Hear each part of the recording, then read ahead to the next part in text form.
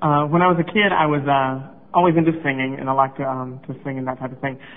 But there was a time when I wanted to be a meteorologist, which is kind of dorky, I guess. But we had a lot of tornadoes back in North Carolina, so I was always afraid of them. I wanted to be able to know when they were coming. I'm over it, though.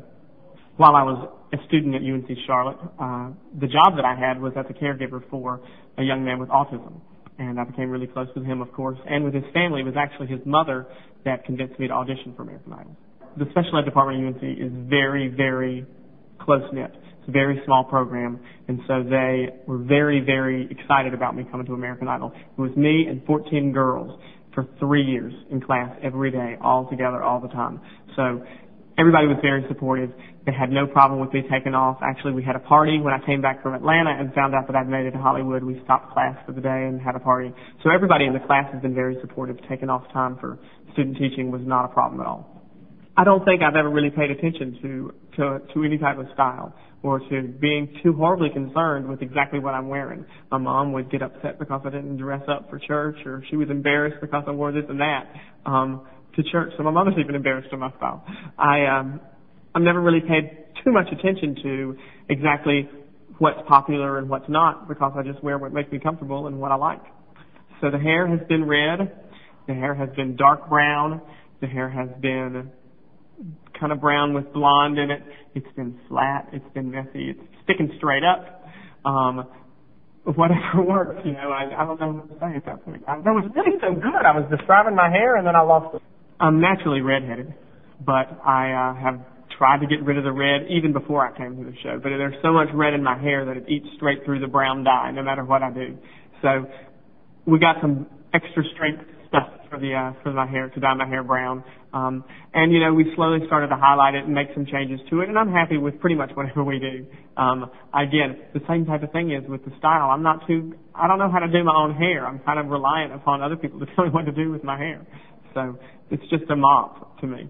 It's very odd to go out into public and to have people come up to you and want your autograph or to wave. I was back at home after my first performance in Group 2, and I was walking through the mall, and people were leaning over the edge, waving to me and saying, "Clay, we voted for you. Good job." It's very awkward.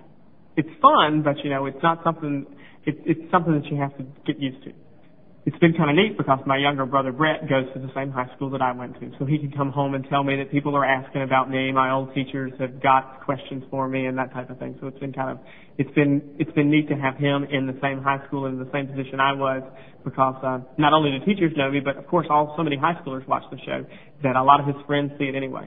My 9th grade music teacher, Allison Lawrence, came to school and wanted to teach us theory, how to read notes, time signatures, and all that type of stuff. And I came to class to sing. So I didn't really get along with her at first. But after she left, she became one of my favorite people in the world. She teaches music lessons now in Raleigh. She's very good at it. And every time I have an audition, a lot of times I'll give her a call and ask her to help me out with that type of thing. I've definitely never seen myself as a teen sex symbol. You do not use that, okay?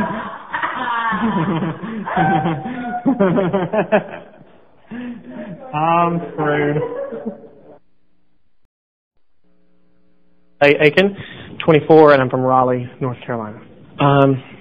Pretty much flipped out. Everybody in my room did. We had pretty much decided that we weren't going to make it. We were in not this room, but the room next door, and had heard 2 screams, 2 big loud screams from one room, and then another big loud scream. So we thought, those other 2 groups just made it, and we were the last one.